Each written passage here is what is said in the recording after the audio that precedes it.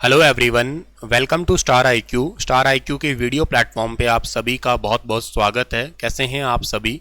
उम्मीद है कि बहुत बहुत अच्छे होंगे। आइए 22 मई 2023 के हरियाणा करंट अफेयर इस पर्टिकुलर वीडियो में पढ़ना स्टार्ट करते हैं।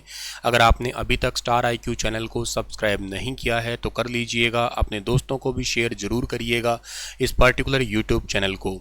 मेरे प्यारे दोस्तों, आप लोगों से एक सवाल पूछा था लास्ट लेक्चर में, उसका सही जवाब क्या होगा कि इंडिया जस्टिस रिपोर्ट 2022 में हरियाणा को कौन सा स्थान मिला है। तो इस सवाल का जो ठीक आंसर था वो था 13वां स्थान मिला है हरियाणा राज्य को इंडिया रिपोर्ट 2022 के अंदर। आज का पहला करंट अफेयर है कि हरियाणा सरकार ने कहां पर कम्युनिटी पुलिसिंग और आउटरीच कार्यक्रम हरियाणा उदय का शुभारंभ किया है। तो हरियाणा सरकार ने कम्युनिटी पुलिसिंग और आउटरीच कार्यक्रम हरियाणा उदय का शुभारंभ किया है अभी हाल ही में गुरुग्राम जिले में। हरियाणा का एक बेहद इंपॉर्टेंट डिस्ट्रिक्ट है जिसका नाम है गुरुग्राम, और गुरुग्राम जिले के अंदर ये आउटरीच कार्यक्रम हरियाणा उदय कार्यक्रम आरंभ किया है अभी हाल ही में। मुख्यमंत्री जी ने हरियाणा सरकार के द्वारा ही स्टार्ट किया गया है इसको, और जन कल्याण की दिशा में हरियाणा सरकार ने एक महत्वपूर्ण कार्यक्रम उठाया है। यहाँ पे कम्युनिटी पुलिसिंग और आउटरीच कार्यक्रम है 1 जून 2023 से ये पूरे राज्य के अंदर स्टार्ट हो जाएगा। इसका नाम है हरियाणा उदय कार्यक्रम। ये जन संवाद से जन कल्याण कार्यक्रम है।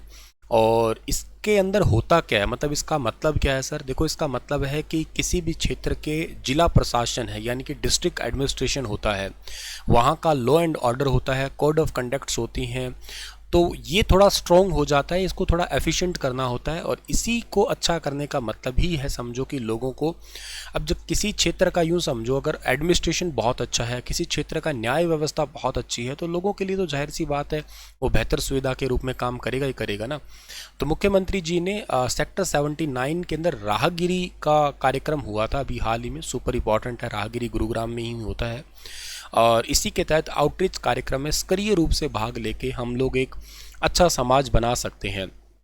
इसके अंदर हम समाज के अंदर जो बेसिकली जो है ना, सुरक्षित समाज, सिक्योरिटी पे बात कर सकते हैं, हम समाज के अंदर पेशेंस के लिए बात कर सकते हैं, हम समाज के लिए हेल्थ इंडेक्स पे बात कर सकते हैं, इंफ्रास्ट्रक्चर पे बात कर सकते हैं।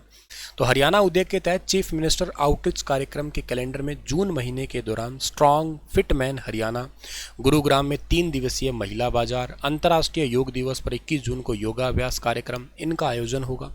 इसके अलावा जुलाई महीने में 60 साल से अधिक आयु वर्ग के लिए खेल प्रतियोगिता तथा फरीदाबाद में 3 दिवसीय महिला बाजार का आयोजन किया जाएगा। मतलब छोटे से लेके बड़े तक के लिए proper security, proper law and order, proper administration, और के अलावा जो है ना हेल्थ इंफ्रास्ट्रक्चर, इनमें इंक्रीज करना ही सीधा सीधा उद्देश्य है।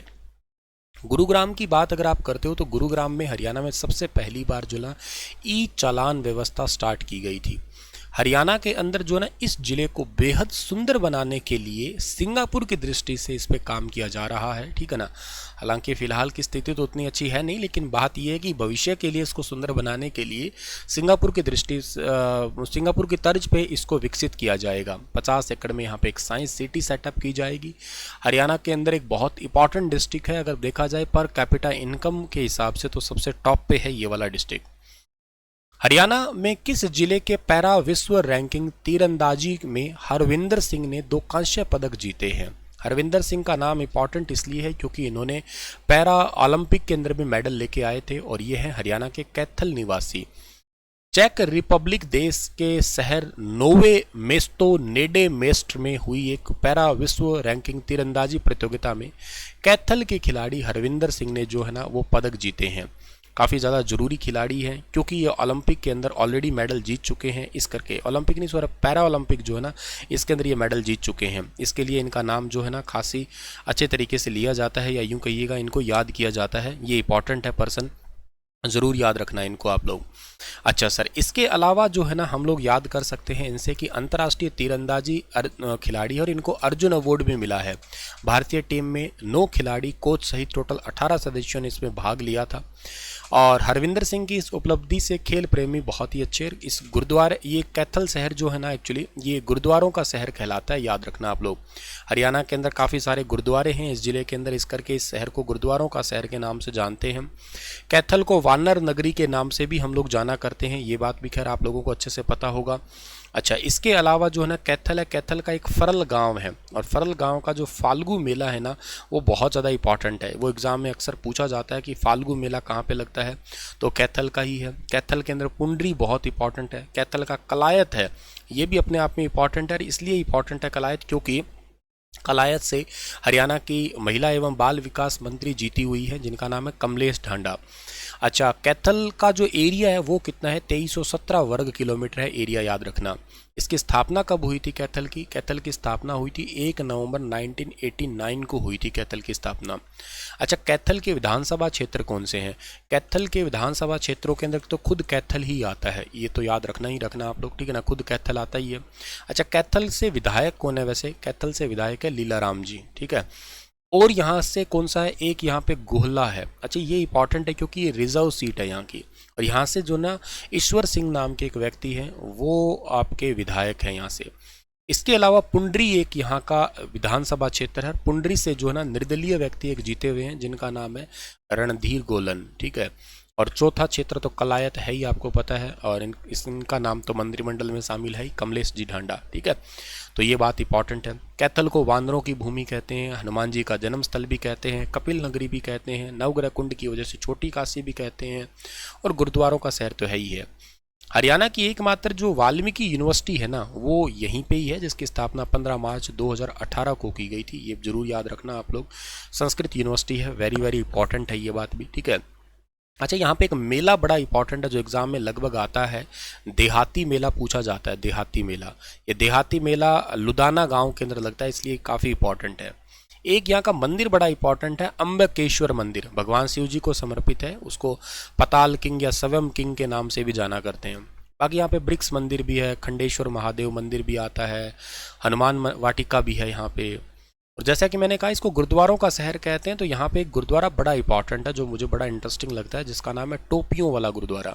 अच्छा, टोपियों वाला गुरुद्वारा इंपॉर्टेंट क्यों है? ये भारत का एकमात्र ऐसा गुरुद्वारा है जहाँ पे गुरु ग्रंथ साहिब और रामायण दोनों एक साथ पढ़े जाते हैं, इसलिए इंपॉर्टेंट है। गुरुद्वारा मंजी साहिब भी है वैसे यहाँ पे, 9वें गुरु जी को समर्पित है, तरखान सिंह के द्वारा इसका निर्माण करवाया गया था। एक गुरुद्वारा नीम साहिब भी इसी जिले का है, ठीक है, ये भी याद कर सकते हो आप लोग, नीम साहिब। ये बेसिकली सिखों के 9वें गुरु से ही संबंधित है, ये वाला भी। अच्छा, इसके अलावा जो है ना यहाँ पे मज़ार वगैरह भी है। एक मज़ार है बाबा मीरा नो बहार करके मज़ार है, जो कि गोला के अंदर पड़ती है, और 960 साल पुरानी ऐसा माना जाता है, तो ये याद रखना। और बाकी मज़ार मकबरे की बात याद करूँ तो मुझे एक वो रानी रजिया सुल्तान का मकबरा है ना, वो भी याद आता है, 1240 वाला, आपको ये याद होगा ही होगा, ठीक है। अच्छा, जैसे यहाँ से हरविंदर बड़े इंपॉर्टेंट है। हरविंदर के अलावा भी यहाँ पे कोई खास इंपॉर्टेंट खिलाड़ी है क्या? हाँ, खिलाड़ी तो नहीं कह सकता, मतलब प्रॉपर खिलाड़ी कह दो या कैसे भी कह लो, ममता सोदा के नाम सुना होगा आपने, ममता सोदा। ये जो है ना इनका संबंध है पर्वतारोही से है, हाँ। और इसके अलावा जो है ना और एक बॉक्सर भी है यहाँ के, कौन से थे वो, मनोज कुमार जी, हाँ, मनोज कुमार जी बॉक्सर है यहाँ से, और वो राजौंद से है, इनका क्वेश्चन भी कई बार आता है, ठीक है। तो ये कैथल की कुछ इंपॉर्टेंट बात। और एक कैथल का एक गांव था जिसने घूंघट के खिलाफ महिलाओं का अभियान चलाया था सबसे पहले, दिमाग से स्किप हो रहा है, घूंघट के खिलाफ अभियान चलाने वाला गांव चौसाला गांव, हाँ, चौसाला, ये चौसाला गांव है, घूंघट के खिलाफ अभियान चलाने वाला पहला गांव था, तो ये भी इंपॉर्टेंट है, ज़रूर याद कर सकते हो आप लोग, ठीक है। चलिए थोड़ा आगे जाते हैं। अगला क्वेश्चन आपका कौन सा आता है यहाँ पे कि हरियाणा के किस जिले में ट्रिपल पी मोड पर बस अड्डा बनेगा?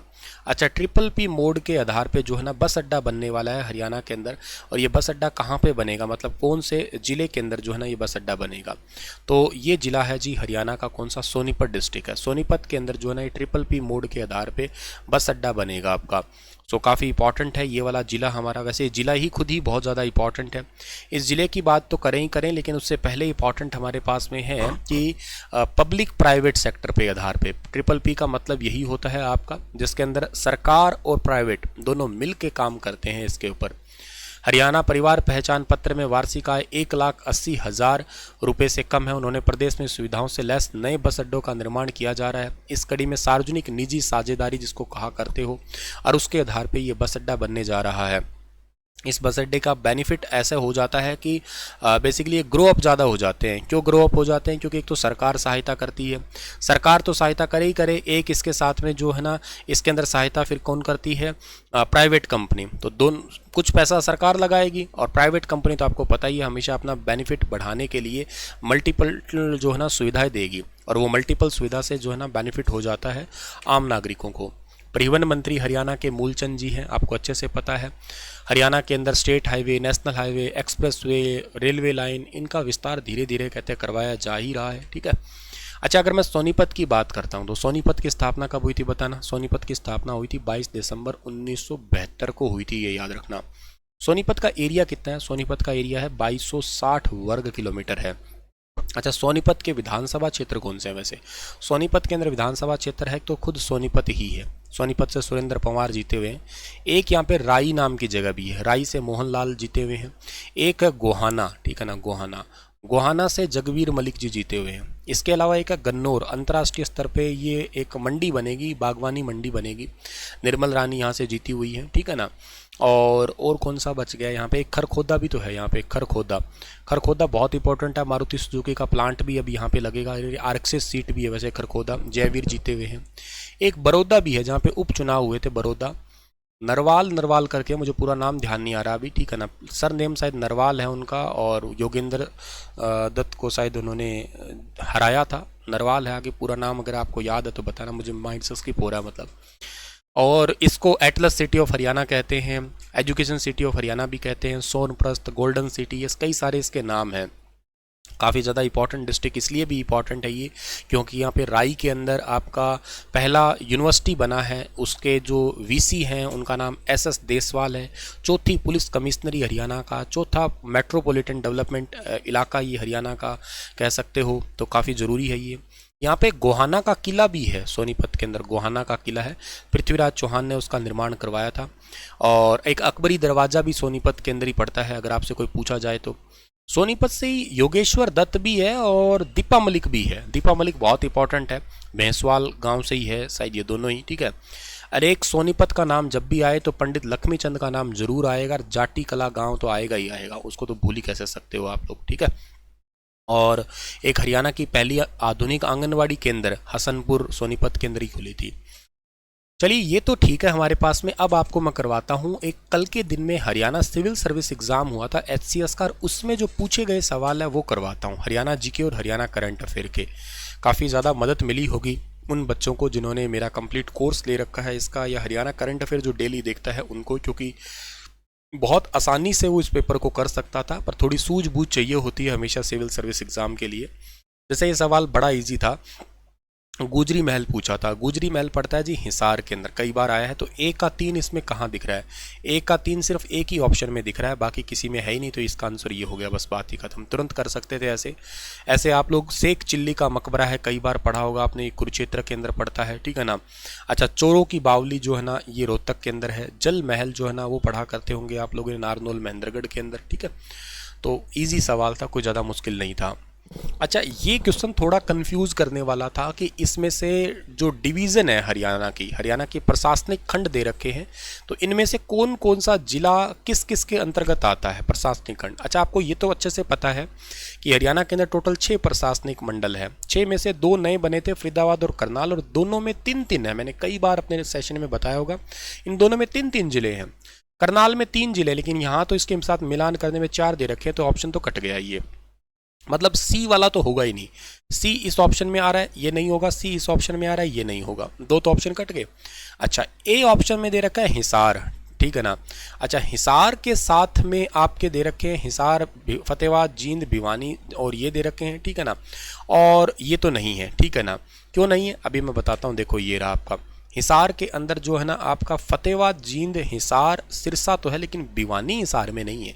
भिवानी कहाँ पड़ेगा? भिवानी रोहतक के अंदर पड़ेगा आपका, ठीक है। इस करके ये हिसार भी नहीं है आपका, तो ए वाला ऑप्शन भी कटना चाहिए। ए वाला कट गया, तो बाकी बच कौन गए? बी और डी बच गए। हाँ, झज्जर है, सोनीपत है, भिवानी है, चरखी दादरी, अलग कॉमा दे दिया पर चरखी दादरी है, और रोहतक है। अंबाला में अंबाला, कुरुक्षेत्र, पंचकुला, यमुनानगर है ही है। ये आपके पास रहा, अंबाला में अंबाला, कुरुक्षेत्र, पंचकुला, यमुनानगर। फरीदाबाद में फरीदाबाद, पलवल, नू 3 है ना इसमें, देखो ये गुरुग्राम में गुरुग्राम, महेंद्रगढ़, रेवाड़ी, 3 है इसके अंदर भी वैसे। हिसार में फतेहाबाद, जींद, हिसार और सिरसा। और रोहतक में सबसे ज़्यादा है झज्जर है, चरखी दादरी है, रोहतक है, सोनीपत है, भिवानी है। और करनाल में करनाल, पानीपत और कैथल है। काफ़ी इजी सवाल था, लेकिन लोग सोचते नहीं कि ये भी कोई क्वेश्चन आएगा क्या, पर कंफ्यूजिंग तरीके का सवाल है एक प्रकार का। ये करंट अफेयर में आप डेली पढ़ते आए हो मुझसे, मेरी योजनाओं का सेशन देखा है या वैसे भी आपको अच्छे से याद होगा। देखो, खेत खाली फिर भी खुशहाली, सिंपल सी बात है। ये कोई खास योजना नहीं है, पर मैंने आपको कई बार बताया होगा, कोई खेत खाली रखेगा तो भी उसको 7,000 रुपये प्रति एकड़ दिए जाएंगे। ये बात मैंने कई बार पढ़ाई है। तो जहाँ धान उगता है वहाँ जमीन बंजर पड़ी रहेगी तो भी किसानों को लाभ मिलेगा। ये बात हमने कई बार पढ़ी है। मेरा पानी मेरी विरासत योजना तो शायद आपके रग रग में बस गई है, और ये शायद HPSC ने लास्ट ईयर भी पूछा ही था। इसके अंदर क्या, किसानों को दान से कम पानी वाली सघन कृषि उगाने के लिए, खेती करने के लिए विकल्प तैयार करना होता है, ठीक है ना। भावांतर भरपाई योजना, ये भी आपने बहुत बार पढ़ी है, अच्छे से इसके डिटेल पढ़ी है। स्टार्टिंग में 4 इसमें शामिल की गई थी। 1 जनवरी 2018 से एक्टिव है ये हरियाणा के अंदर। सब चीज़ें आपको याद है ये, ठीक है।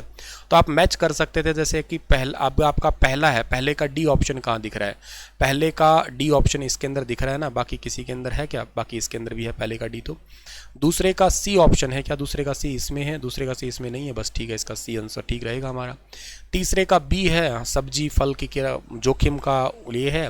और ये पशुधन वाली पंडित दीनदयाल उपाध्याय पशुधन है, तो पशु मालिकों को जोखिम है, ठीक है। सिंपल सवाल था, डेली करंट अफेयर पढ़ते हो तो कोई खास मुश्किल नहीं था।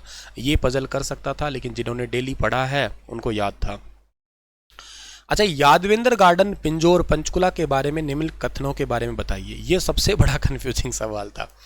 देखो, इन्होंने फिदई खान ने बनवाया था और भाग के बच्चों ने इसका आंसर लगाया होगा, बट एक छोटी सी गड़बड़ थी। ये 15वीं सदी में नहीं बना था, ये 17वीं सदी के अंदर बना था, बस यही गड़बड़ थी और कोई गड़बड़ नहीं थी। तो ए ऑप्शन तो नहीं हो सकता, ए नहीं हो सकता, ए नहीं हो सकता, इतनी गड़बड़ थी।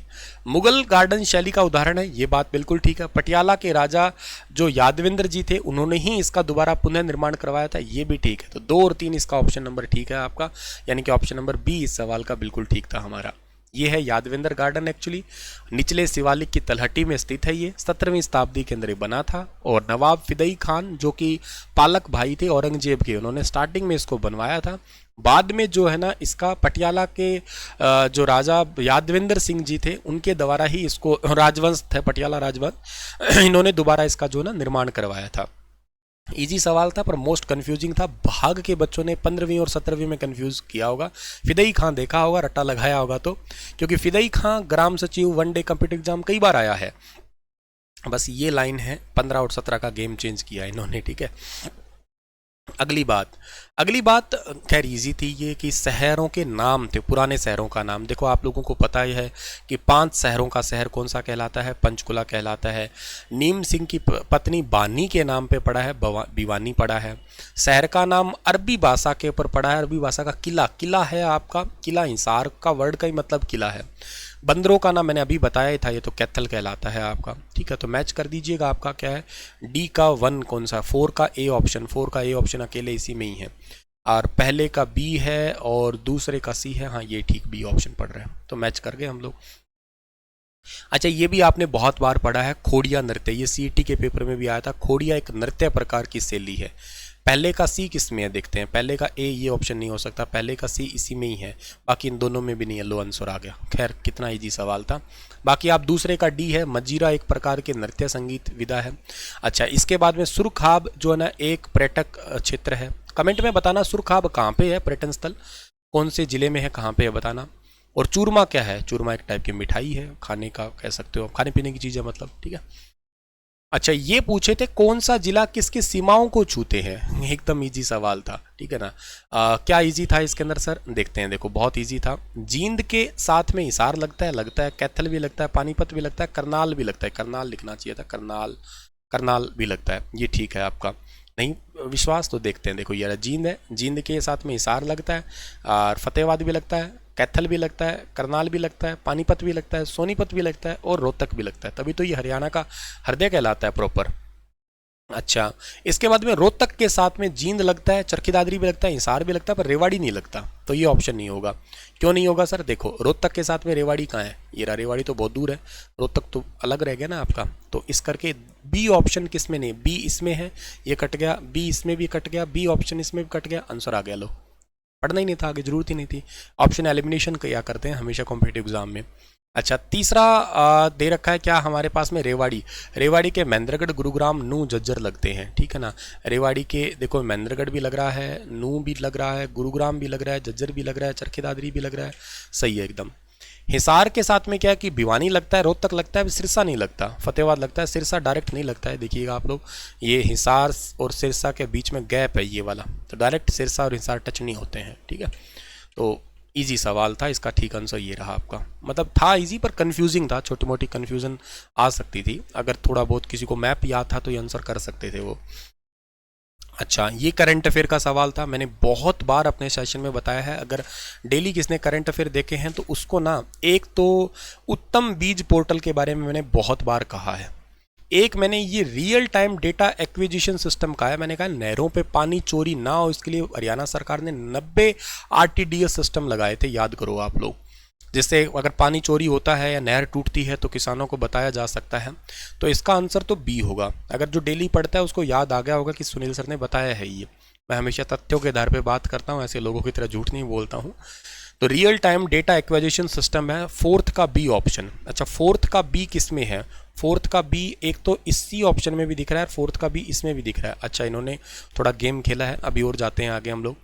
अच्छा, और क्या है सर हमारे पास में? उत्तम सीड है आपका। अब बीज अच्छा होना चाहिए, बहुत ज़रूरी है। और मुख्यमंत्री बागवानी बीमा योजना की बात करो। अच्छा, बागवानी बीमा योजना क्या है? मौसम अगर खराब हो जाए तो किसानों को क्या जोखिम से हटाने का मतलब है ना। तीसरे का ए ऑप्शन किस में? अच्छा, तीसरे का ए ऑप्शन इसमें भी है, तीसरे का ए ऑप्शन इसमें भी है। क्या बात है, गजब खेल गए भैया तुम, ठीक है ना। अच्छा, इसके बाद में और क्या है हमारे पास में? और हमारे पास में यहाँ पे आता है कि उत्तम सीड पोर्टल आता है ये। तो ये बीज विक्रेताओं की मनमानी रोकने के लिए है क्या? और क्या है आपका? हाँ जी, इसके ऊपर ही है। और मेरी फसल मेरा पूरा क्या है? किसान अपने घर से ही फसलों को बेचने, उर्वरक, बीज वगैरह सब कुछ सहायता, वित्तीय सहायता जो है ना वो ले सकता है आपका, ठीक है ना। तो आपका पहले का डी इसमें है, ठीक है ना, ये रहा आपका। तो खैर सिंपल था, कोई खास मुश्किल नहीं था, पर बात यह है इसे बीज विक्रेताओं की मनमानी रोकना और इसके अलावा बढ़िया बीज देना भी इसका एक उद्देश्य था। दोनों ही चीज़ें हैं आपकी। ऑप्शन सी और डी में थोड़ा कन्फ्यूज़न किया इन्होंने, पर ठीक है, आप अगर थोड़े स्टैटिक थे, दिमाग लगाते तो कर देते। अच्छा, ये क्वेश्चन भी इजी है क्या? हाँ इजी है। ये आपने ज्योग्राफी के अंदर पढ़ा होगा मुझसे, अगर हरियाणा की ज्योग्राफी पढ़ी है, नदियाँ पढ़ी है, तो उसके अंदर मैंने ये बात पक्का बताई है कि जो हमारे पास में नाली है ना, मैंने ये बताई है, नाली गग्गर के बाढ़ के मैदान को कहते हैं, सिंपल है। बेट कहते हैं मारकंडा वाली को। अच्छा, खादर बांगर मैंने यूं बताया है तुम लोगों को कि ये नदी है, नदी का तलहटी का हिस्सा जो होता है ना उसको कहते हैं खादर कहते हैं। खादर हमेशा नई मिट्टी होती है और यहाँ पे होती है बांगर जो पुरानी मिट्टी होती है। तो बांगर पुरानी कछारी है, कांप कछारी इसको ही कहते हैं एक्चुअली, जलोढ़ मिट्टी को ही। खादर जो ना यमुना के बाढ़ का मैदान है, ये वाला इलाका है। नाली जो है ना वो घग्गर का बैड का मैदान है। बेट मारकंडा वाला है, बांगर हिसार भिवानी वगैरह। ये ऑप्शन एकदम सही सेट हो रहे थे ABCDE के अकॉर्डिंग ही। तो कौन सा ऑप्शन सही है? पहले का ए, दूसरे का BCDE, सी ऑप्शन सही है इसका हमारा, कोई दिक्कत नहीं थी इसके अंदर। एक क्वेश्चन पूछा है कि मुख्यमंत्री मुफ्त इलाज योजना। अच्छा, मुख्यमंत्री मुफ्त इलाज योजना जो है ना ये 2014 के अंदर स्टार्ट की गई योजना है। 1 जनवरी 2013 में इसकी घोषणा थी, 14 से स्टार्ट हुई है ये।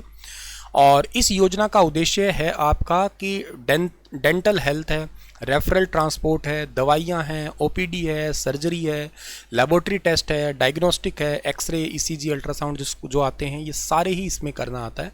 फोर्थ ऑप्शन इसका ठीक था हमारा। इजी सवाल था ये भी, करंट अफेयर का ही क्वेश्चन था, इजी से कवर किया जा सकता था, ठीक है। अच्छा सर, यही थे आपके पेपर के question. Thank you so much, stay happy and stay healthy. और आपके लिए क्वेश्चन छोड़ के जा रहा हूँ कि प्रधानमंत्री ने वर्चुअल माध्यम से हरियाणा के किस जिले में FM ट्रांसमीटर केंद्र का शुभारंभ किया? बताना आप लोग इसके बारे में विस्तार से। Thank you so much.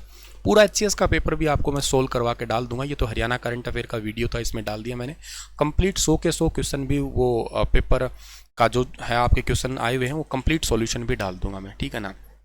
Haryana की वो हिस्ट्री वाला सेक्शन मैंने करवाए थे ना, हूबहू हिस्ट्री, और जो आप ईवीएस पढ़ रहे हो ना अभी फिलहाल, जो आपका बैच जिस बच्चे ने ले रखा है हरियाणा सीईटी का, उसमें से ईवीएस के 2 क्वेश्चन सेम टू सेम आए हैं एज इट इज। तो मतलब आप बिल्कुल निश्चित रहिएगा बेटा। एक बहुत अच्छी बात, मैं विश्वास से और बड़ा एनर्जेटिक होकर इस बात को कह रहा हूँ कि जो भी आपको करवाया जा रहा है ना, वो एकदम सही करवाया जा रहा है। जो जिस बैच में भी आप हो, ऑथेंटिक कंटेंट है, कोई दिक्कत नहीं आएगी आपको। पेपर में बैठोगे तो हाँ, बशर्ते आपको याद कितना होता है वो दिखना पड़ेगा। ठीक है, चलिए, thank you so much dear.